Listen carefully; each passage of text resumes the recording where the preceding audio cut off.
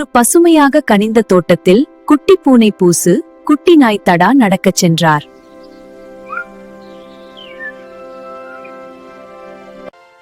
இருவர் இணைந்து மலர்கள் வழியாக விளையாடினார்கள்.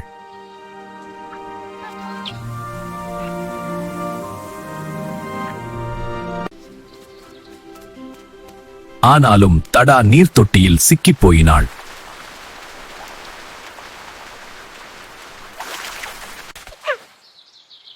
பூசு துரத்திய பெரிய மரத்தை இழுத்து தடாவை எழுப்ப முயற்சித்தாள்.